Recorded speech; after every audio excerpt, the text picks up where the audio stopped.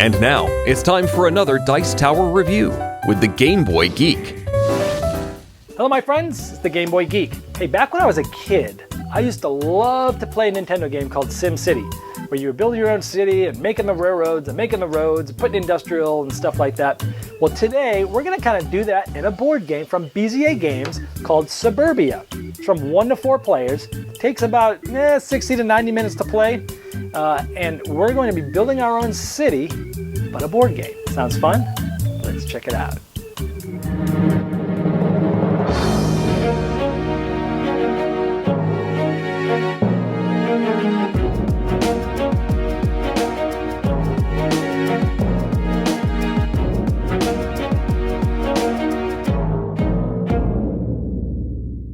In Suburbia, you're trying to build your suburb or your borough, for instance, to try to be the most popular, meaning you have the most population at the end of the game. Here at the beginning of Suburbia, I've picked to be purple, and we have the board set up default. It's always set up exactly like this. This is your own board in front of you, where the game starts, and we start with a suburb tile, we start with a community park tile, and we start with a heavy factory tile. Now, green tiles are typically residential, gray tiles are like buildings and common places, and the yellow tiles are industrial areas. There's also blue ones that are commercial we'll get to later. So we have this set up, and how this works is every round at the end of your round, you're going to get a certain amount of income and a certain amount of reputation, which builds your population every round. And these will start to slide up and down as you buy different tiles and they interact with each other. So when you buy tiles and things interact, your money might move up to 2 and your population might move down to 0. And at the end of each turn, you're going to get that much money and that much population increase or decrease because of your reputation at the end of each round.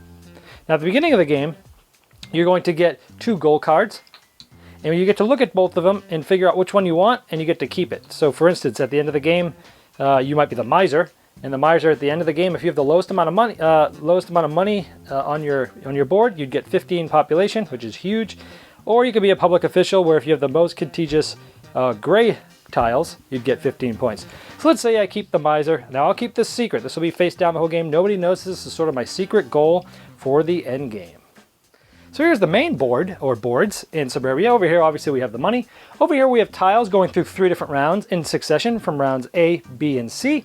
And we have the main board here, which holds open goals that anybody can shoot for during the game. There's one of these goals put out for each player. So in this case, there's 2 players, so there's 2 goals. If there was a third and a fourth, they would go there. You also have some of these tiles, these called basic tiles, that anybody can buy. These are the 3 that we started with that I just showed you, but you can buy these at any time as well. So how does a turn work? Well, you start with the first start person. This goes in front of the person that is the start player for each round. It's a big building, pretty cool component. It goes in front of them and they start. And so what happens at the beginning of the game, these tiles begin to come out into the market one at a time. And so we see that different types of tiles are coming out. The blue ones are sort of commercial, the green ones are residential, the yellow ones are industrial, and there we have that. Ooh, lots of blue here. So as we can see, we have different tiles and they're at different prices. So on your turn, you're going to buy a tile, and then you're going to place it, and then you're going to see what happens. You really have 3 choices on your buy portion of your turn. You can buy one of these tiles in the real estate market. You can buy one of these basic tiles, or you can buy a lake. Let's go through these each one at a time. Buying a real estate tile. Here you can buy any of these tiles that you can afford.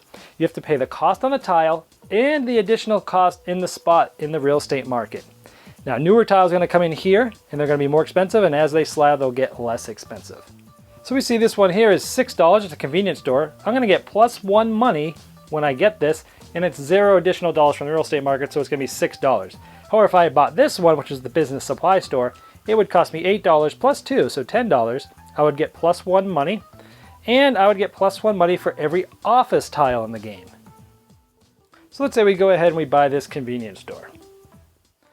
Now we have to place this tile somewhere adjacent to one of our other tiles, and if I put it here, we see that this tile here, the community park, we get +1 reputation for each adjacent yellow, green, or blue tile. So since I put this adjacent, I'm going to get +1 reputation. So my money is going to go up 1 first, because that's what I get for this tile when I bought it. And then the interaction is going to happen next. So we move this up to a reputation of 2. So at the end of this round, I now have 1 money and 2 reputation. So what that would mean is I would get $1 and my reputation would go up 2. Let's show you how that works. So because my reputation went up 2, I'm going to be able to move 2 points on the score track because my reputation went up, my population goes up as well, and now I've just moved up 2, and that would be the end of my turn. Once we've done that, we adjust the market, everything slides down 1 spot, and a new tile comes out, and that would be the next player's turn, and that happens for every player's round. So the second thing you could do is buy a lake. Now when you buy a lake, what you do is you take any one of these tiles and you turn it upside down. Now the tile itself is still going to be $0 to do, but you have to pay the amount that's on the real estate market when you buy it from here. So you can either pay 0 and do a lake down here, or if you see something that someone else is really going to need and is really going to help them out, you can lake it, turn it to a lake, pay 0, but you got to pay that cost. So sometimes it's worth it to pay the cost up here if it's really going to hurt one of your other competitors, or you can lake this for just $0. And let's see how this works. So I'm going to place the lake tile right here, and this gives me $2 for each adjacent, basically, tile. So I'm going to get $2, $4, $6 right off the bat. So doing a lake is a good way to get cash. And it's really cool because it opens things up for the future, because in the future, as you start adding tiles around this lake, for every one that you add over the game, you're still going to get $2 more and $2 more. Anytime you put a tile around the lake, you're getting $2 more essentially. The last action you could possibly do on your turn is buying one of these basic tiles. Remember, these are the ones that you started with, but sometimes you don't have any money to do anything and the 2 free ones don't really do you any good, or maybe there's an interaction here that you really need at the time. So let's say maybe we buy this Suburbs tile. The tile is $3. Then in addition to that $3, he has to pick any one of the tiles here, pay only the cost of its spot in the real estate, and discard it. So again, if he is low on money, he could discard this one for nothing additional. But if he had more money and he wanted to discard one of these tiles that would hurt another player, he could do it for just the cost of the board there. And he would go ahead and, put these, let's say down here, Suburbs. So now, if you see this, he gets immediately 2 population. So on the score track, he'd go up 2. And this one says for each adjacent green one, he's getting +1 reputation. So because of that, my reputation would go up 1. I would get $1 and go up 3 reputation on the board. So let's go do that. So the tile itself, when I bought it, gave me 2. So I'd go up 2 population. And then we remember that my board allows me to go up 3 reputation, which gives me 3 population this turn, so I'd go up 3 more. I might be wondering what all these red lines are. This is an interesting part of the game. As soon as I cross any red line, like this, going in the positive direction, your city has some growing pains and your money and your reputation go down by 1. Ouch. So every time you start to grow, you get hit down every once in a while because of the growing pains of the city. Now, conversely, if you have to go minus behind the red line, the opposite direction, they do go back up, but most of the time you're going to be crossing in a positive manner. Each of those go down 1 every time that happens. And you'll notice that at the beginning of the game, those red lines are spread out quite a bit. But man, once you start getting up here, there's turns where you'll go over 2, 3, sometimes even 4 lines in one turn, and you're going down 4 money and 4 reputation. So at the end of the game, it gets harder. There's sort of an arc and an art to this game. Another thing you could do on your turn instead of buying those tiles is you can put an investment marker down. Now how this works is you put this times 2x on any of your tiles. You have to pay the cost of that tile again. So let's say this was $11. I would pay another 11. I'd put that on it. Now instead of getting 1 money for each of my yellow tiles, I would get yet another money token going up on any one of these yellow ones there. So it basically doubles the tile, but you got to pay for it twice. And additionally, just like when buying a basic tile, you have to pay a real estate cost for any of the tiles above and remove it. But that's another thing you can invest in. Let's look at some interesting interactions between some of these tiles. For example, we have a fast food restaurant that when I bought it gave me 1 money. I wasn't able to put it next to any green tiles at the time, which would have given me 3 for each, but it gave me the money and it was good at the time. Then later on, a fancy restaurant tile came up and it gave me 3 money, which I really liked. But then, after the fancy restaurant's done, I get -1 money for all restaurants built after this one. So anytime anybody builds a restaurant after my fancy restaurant, thematically, hey, there's other restaurants in town, the fancy restaurant's not going to get that much money, and you would go down 1 money. So that's a lot of these, some of these tiles have those things as they go up and down as the game goes on. We'll look at something like this, a slaughterhouse. We get +1 money for every restaurant in the game because, hey, the slaughterhouse is making money when there's more restaurants. So every time a restaurant goes in the game, even after this tile's there, and it doesn't matter whose suburb it is. So your slaughterhouse here is doing great because the guy's restaurant in a different suburb is up there and they're getting stuff from the slaughterhouse. So not only do interactions happen on your own board, but they also happen on from other people's board as well. For instance, for every school, you get 1 reputation, and that's every school in the entire game. It doesn't matter if it's yours or someone else. So it's really interesting that the strategy of putting things adjacent to get more money or get more reputation, and then thinking ahead of which ones are going to do better for me in the long run.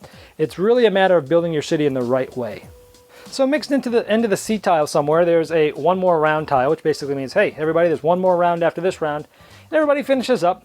And then we look at the bonuses. First of all, you could look at your secret bonus, flip it over and say if you got it or not. If I had the lowest money, I would have gotten 15 more points on the population track. And then people fight over these bonuses to see who has the fewest residential areas, the capitalists, and who has the most gray tiles, and those people get those bonuses. You can't be tied for these. You need to actually have the most of them, and you get those bonus. And then you look at the Suburbia game tile.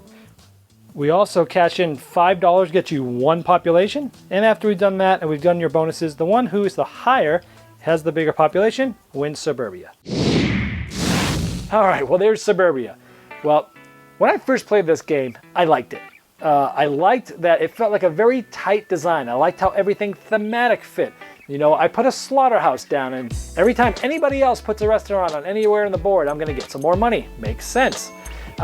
If I put down a fancy restaurant, well, when other restaurants come up, I'm going to get less money, and that makes sense too. So it was really cool how all the tiles sort of, they all had their own thematic thing that really fit and meshed well. And I liked how they all interacted with each other, where, you know, you put the suburbs next to a heavy factory and your population is going to go down. Nobody wants to live there. But you put the housing projects next to a factory, then your population goes up. It's just really cool. So I liked how this game, it really sort of had like an arc or like phases between those A, B, and C tiles. It really did feel like the game had sort of different phases where you're sort of going for different things.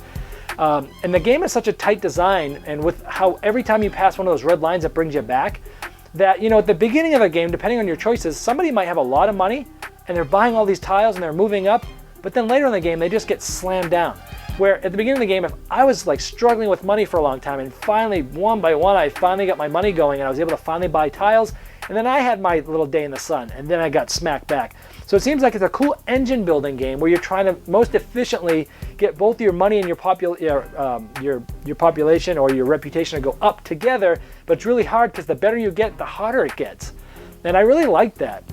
And so typically I just either know I love or hate a game, but in this respect, that every time I played it after the first time, I liked it more and more and more and more, till finally I'm on the borderline of loving this game. So definitely gotta say my collection. It's really cool. I love the replayability value of this, where every time you're getting different tiles, they're coming out in different orders. So that's really good. And then once you learn the interactions a lot too, it goes, you know, rather smoothly, and it was just a lot of fun. So I like, it's not total brain burnerish, but it gives you a lot to think about. And, you know, overall, it's just a very tight, fun Euro game to play with your friends. And you can still screw your neighbors by taking out tiles that they want and seeing what they have and indirectly hurting them. But anyway, great game. If it looks interesting to you, you gotta check out Suburbia.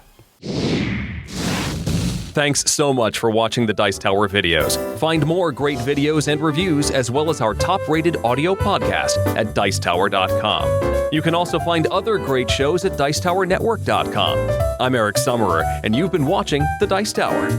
The Dice Tower is sponsored by Cool Stuff Inc., where you can find great games for great prices. Cool stuff in stock. Check them out at CoolStuffInc.com.